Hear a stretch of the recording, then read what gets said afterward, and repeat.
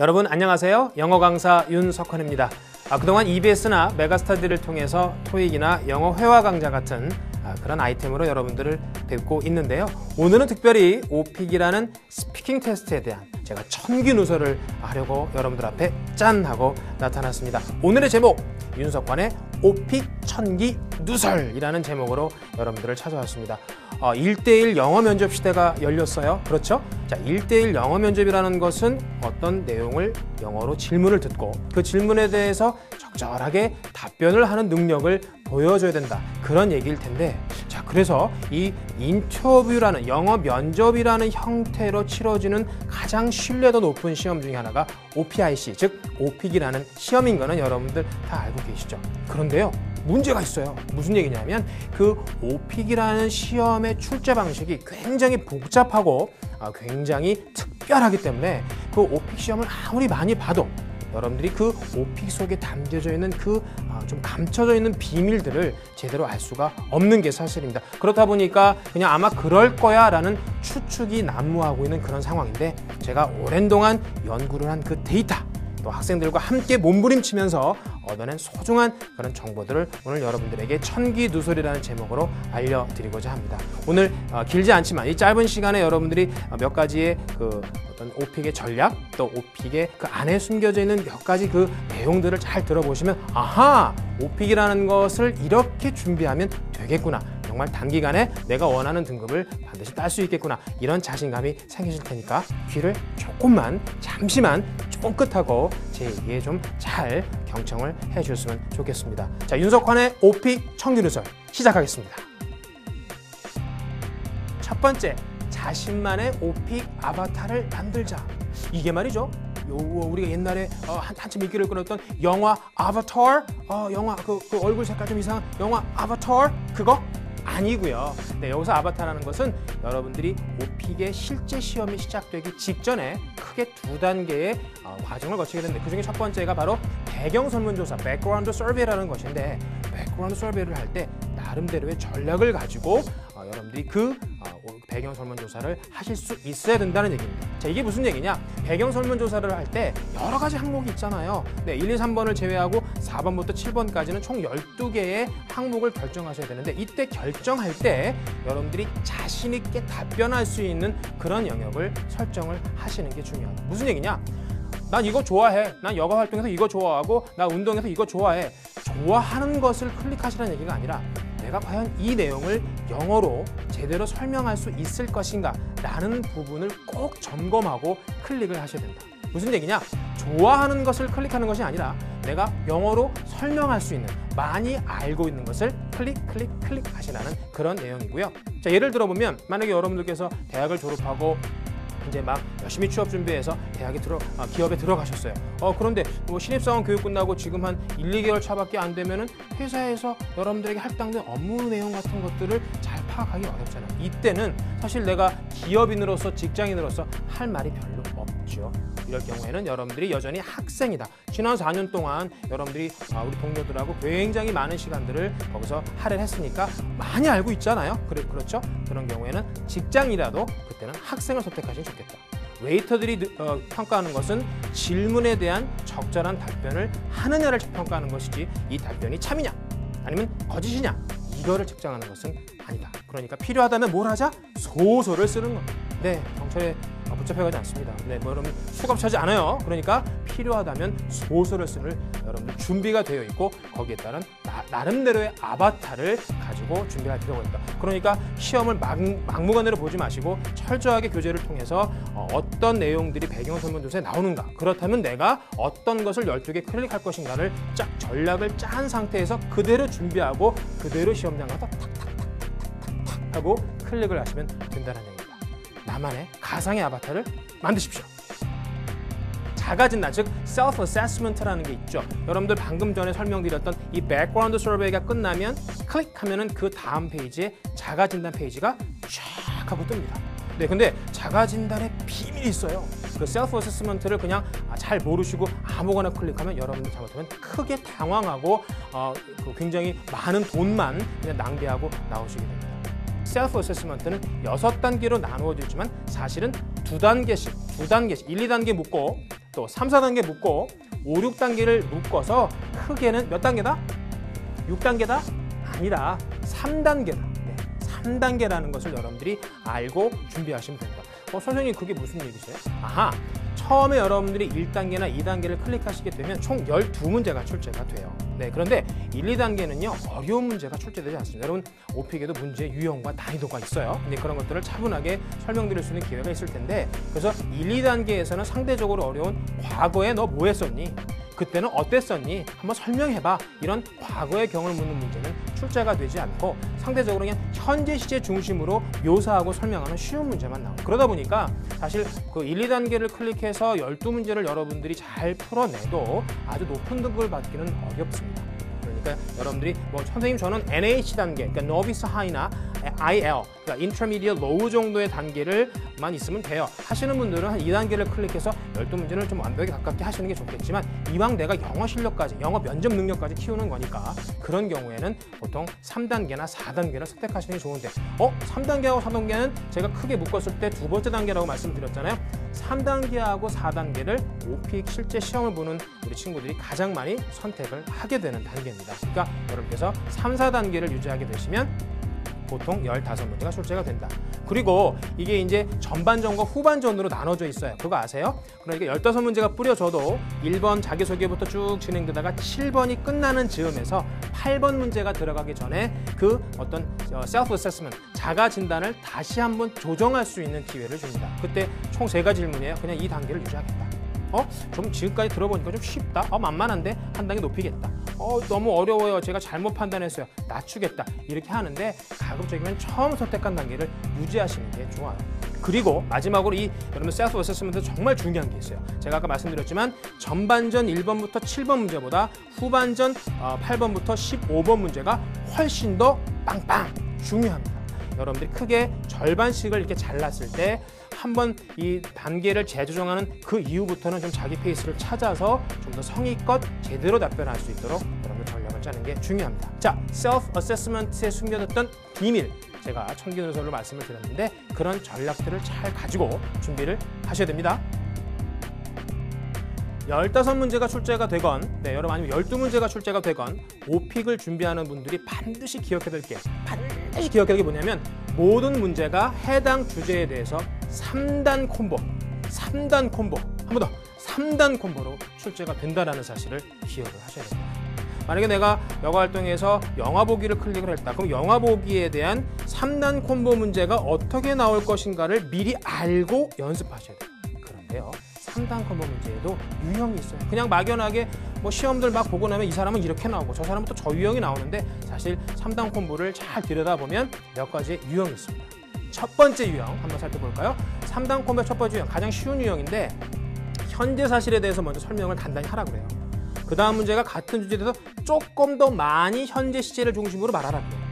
그리고 마지막 세 번째 3단 콤보 마지막 문제에서 가장 해당 주제에 대해서 가장 최근에 겪었던 경험을 얘기하라고 합니다.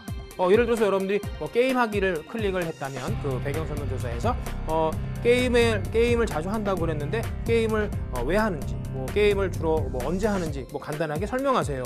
그 첫 번째 문제가 나와요. 그 다음에 한 번 더 그 얘기를 좀 더 연장해서 주로 누구와 하는지, 어디서 하는지, 한 번 하면 얼마나 하는지, 하고 나면 느낌은 어떤지를 또 다시 한번 설명하세요. 또 물어봐. 그리고 마지막 문제로서 가장 최근에 게임을 한 것이 언제고, 누구랑 했으며, 어디서 했고, 결과는 어땠는지, 또 거기에 대한 자신의 느낌은 어땠는지를 설명하세요. 갈수록 문제가 어려워져요. 자, 요것이 3단 콤보의 첫 번째 유형.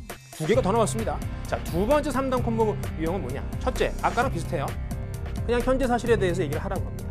그 다음에 두 번째가, 그러면 그것에 대해서 처음 접한 시기가 언제냐? 그리고 마지막으로 그러면 그 주제에 대해서 아주 인상적이었던 경험을 얘기해라. 아까랑 좀 상황이 다릅니다. 그러니까 지금 두 번째 3단 콤보 유형에서 마지막 문제는 주로 memorable, 아주 인상적이었던이라는 얘기를 주로 넣게 되는데, 혹은 아니면 unforgettable, 혹은 interesting, 아주 굉장히 재미있었던 기억을 떠올려라. 지금 3단 콤보 두 번째 유형에서는 과거의 경험을 물어보는 문제가 2문제가 출제가 된다는 얘기예요. 자, 하나가 더 있어요. 자, 이게 이제 3단 콤보 문제 중에 가장 어려운 문제고, 이 부분들을 잘 지금 정확하게 모르고 계시는 분들이 많거든요. 자, 마지막 3단 콤보의 세 번째 유형이 뭐냐면 처음부터 현재 시제로 뭘 물어보는 게 아니라 롤플레이. 여러분 아시죠? 롤플레이. 연기를 해야 되는, 누군가 상대방이 대상이 있다라고 가상의 대상을 정해놓고 전화를 하던 아니면 가서 설명을 하건 롤플레이를 하는 유형이 나옵니다. 그 다음에 정말 어려운 문제가 나와요. 자, 해당 주제에 대해서 어떤 문제가 발생했어요. 그래서 그걸 상대방한테 설명을 하고 거기에 대해서 대안을 제시해라. 거기서 끝이 나지 않아요. 마지막에 그러면 이와 같이 이러한 유사한 경험이 있었던 과거의 경험을 설명해라. 그러니까 이렇게 지금 세 가지 유형을 말씀을 드렸는데, 여러분 기본적으로 3, 4단계를 많이 클릭하신다고 그랬죠? 3, 4단계를 셀프 어세스먼트 클릭하시면 이 세 가지의 콤보 문제가 반드시 전부 나옵니다. 꼭 기억하시고, 이게 정말 청기누설입니다. 이 청기누설 잊지 마시고 거기에 알맞은 대비를 하셔야 됩니다. 또 하나 마지막, 3단 콤보는 1, 2, 3번이 연동돼서 나오잖아요. 보통 오픽의 경험이 없는 분들은 처음 질문에서 그냥 있는 얘기, 없는 얘기, 현재 얘기, 과거 얘기 다 쏟아부어. 안 돼요. 반드시 뒤이어서 유사한 문제들이 계속 나온다는 것을 알고 너무 앞에서 많은 답변을 하지 말고 적당하게 좀 세이브 해놨다가 남겨놨다가 뒤에서 차곡차곡 말씀을 해주는 게 좋고, 그다음에 보통 1분에서 1분 30초 정도 답변이면 충분하니까 너무나 길게 말하려고 하시는 것도 별로 의미가 없다라는 것. 자, 그래서 다시 한번 3단 콤보로 반드시 나온다. 3단 콤보 문제도 유형이 있다. 거기에 맞춰서 준비하자. 아자.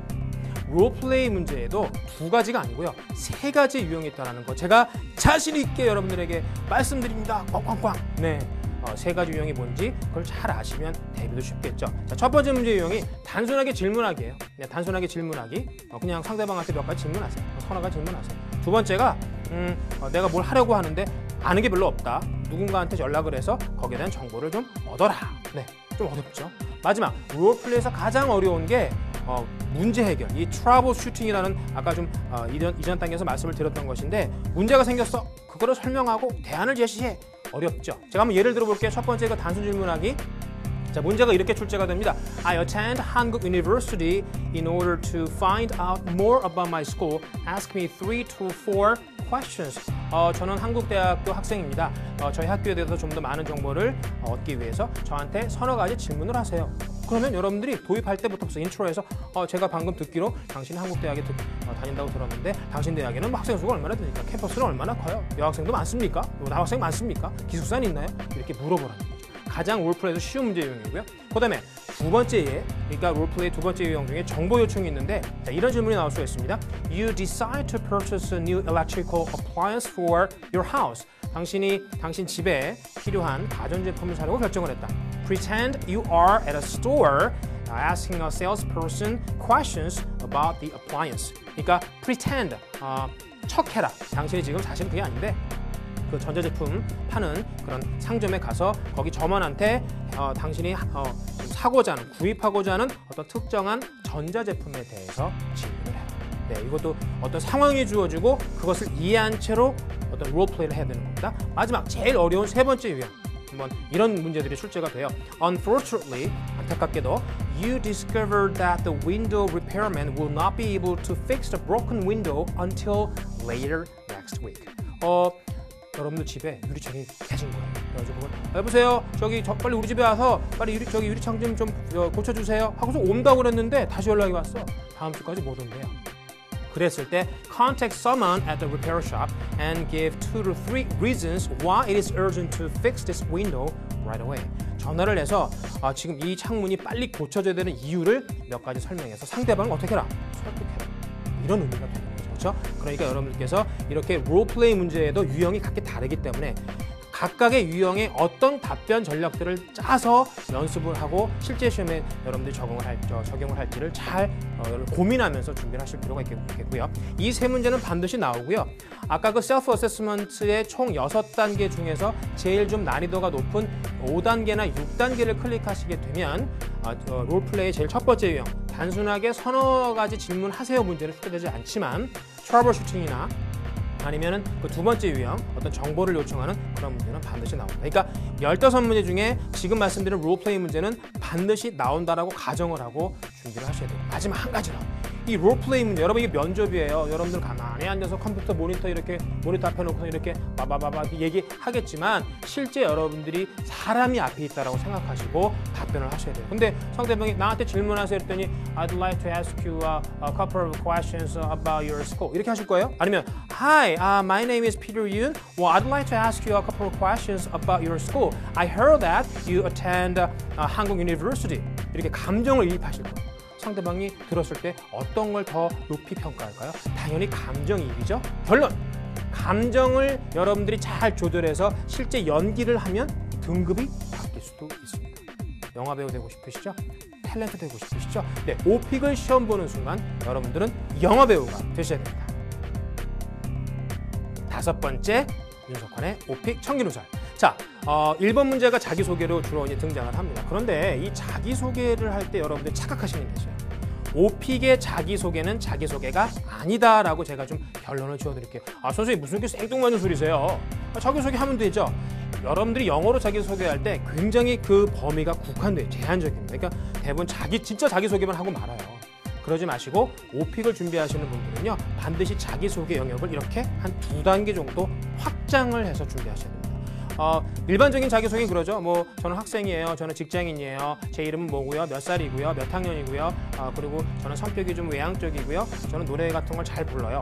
요 정도를 얘기하고 끝내는데 자, 오픽을 준비할 때는 다음과 같은 문제가 꼭 출제가 되니까 이 2개 영역들도 여러분들의 자기소개 영역으로 포함시켜서 답변 준비를 하셔야 됩니다. 그 첫 번째가 바로 거주 형태예요.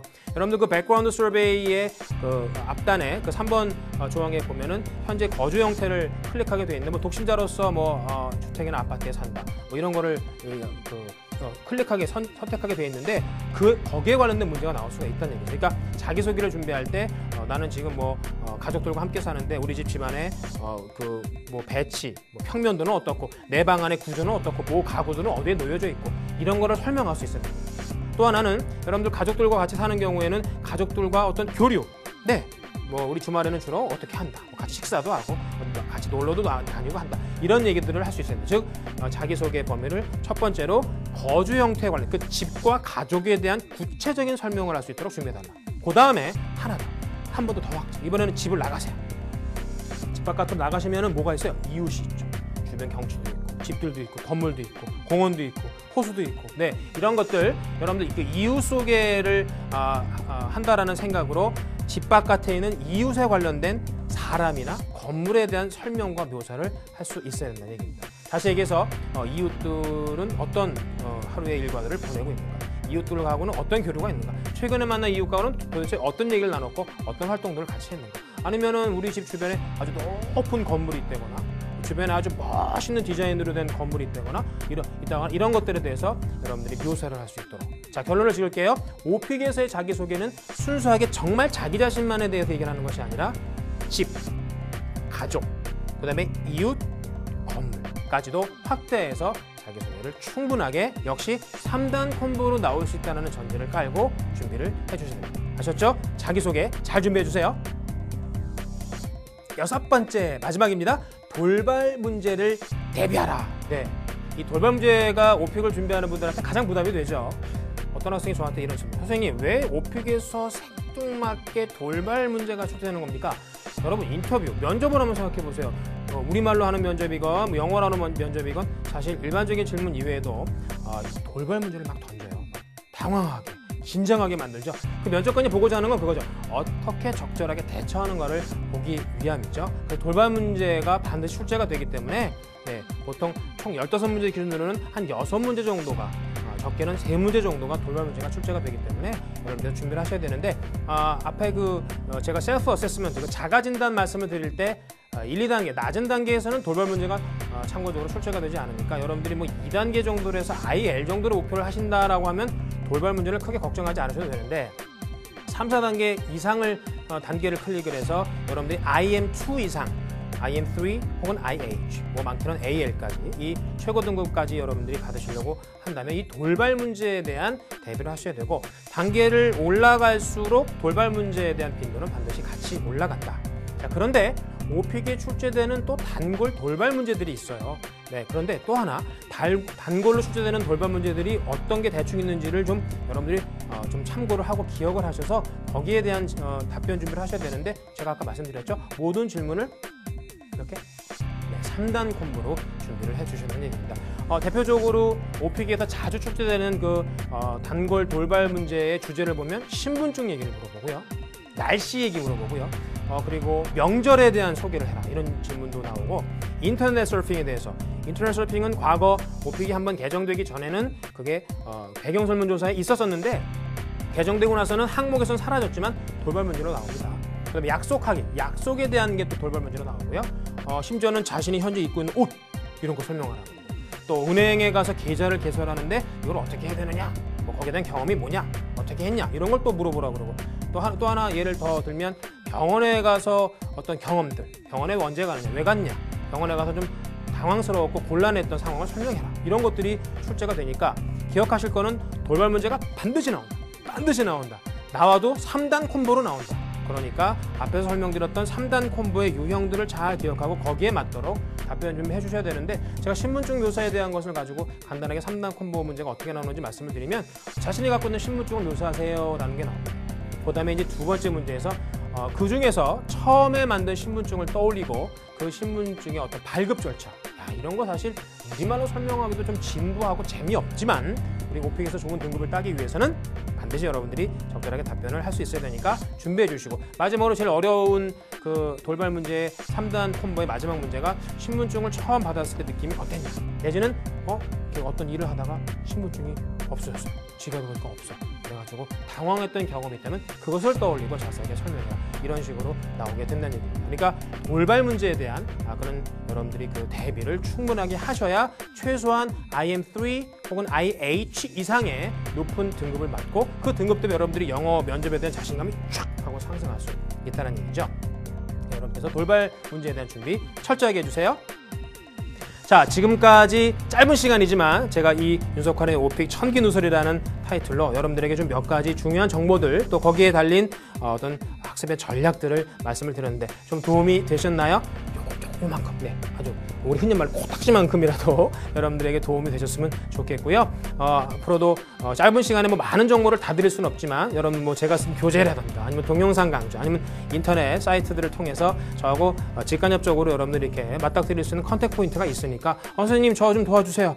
저기 빨리 등급 따야 돼요. 이럴 경우에 적절하게 도움을 청할 만한 방법이 없거나 아니면 뭐 물어볼 데가 없거나 대책이 없는 분들은 어떤 경로를 통해서는 간에 뭐 인터넷 검색을 하시던 아니면 교재나 동영상이나 사이트를 통해서라도 여러분들이 오셔서 저한테 도움을 선생님 헬프미라고 여러분들 손을 들고 저 좀 도와주세요 하신다면 제가 열심히 도움을 드리겠다는 약속을 이렇게 공개적으로 함으로써 윤석환의 오픽 천기누설 마무리를 짓도록 하겠습니다.